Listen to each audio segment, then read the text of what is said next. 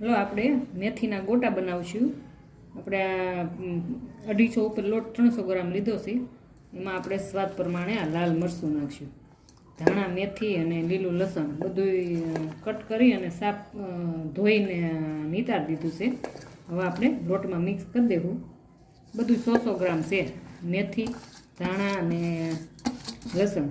મરચાં આપણા સ્વાદ પ્રમાણે પહેલાં આપણે બધું કોરું મિક્સ કરી દેવું। હવે સ્વાદ પ્રમાણે મીઠું નાખી દેવું।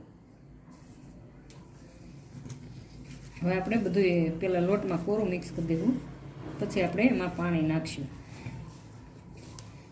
જરૂર પડે ને।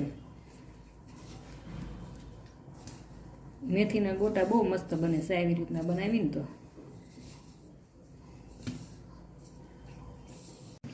હવે આપણે આમાં પાણી નાખતા જાવું અને મિક્સ કરતા જાવ।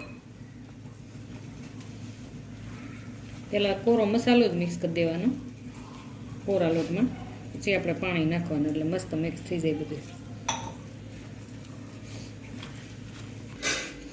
આપણે આવું રાબડું કરવાનું, આથી થોડુંક ઢીલું રાખશો તો પછી ઓલું થઈ જાય। આવું બહુ મસ્ત બનશે આના ભજીયા।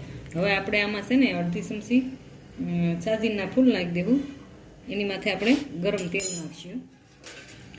ગરમ તેલ થઈ ગયેલું છે ને એ 3 થી 4 ચમચી ગરમ તેલ નાખ્યું આપણે। હવે આપણે આને બધું હલાવી નાખશું, પછી આપણે ભજીયા પાડીશું। આ રીતના બનાવશો ને તે મેથીના ગોટા બહુ મસ્ત બનશે, જરૂર બનાવજો, બાળકોને બહુ જ ભાવશે। શિયાળામાં ખાવાની બહુ મજા આવે છે।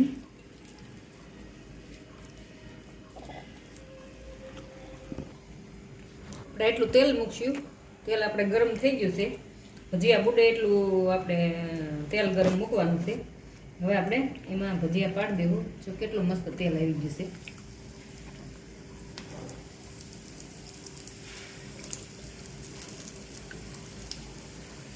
આવી રીતના ભજીયા બનાવજો, બહુ મસ્ત બનશે। પસંદ આવે તો શેર કરજો, લાઈક કરજો, સબસ્ક્રાઈબ કરજો।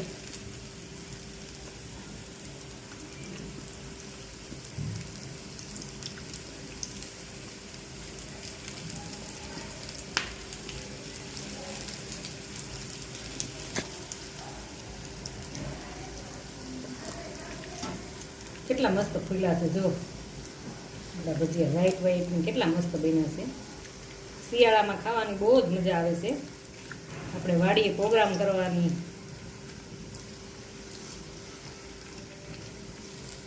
બાળકોને આ ભજીયા બહુ પસંદ આવશે। બનાવજો અત્યારે શિયાળામાં। જો કેટલા મસ્ત બન્યા છે, આપણે સેજે તેલય નથી દીધું।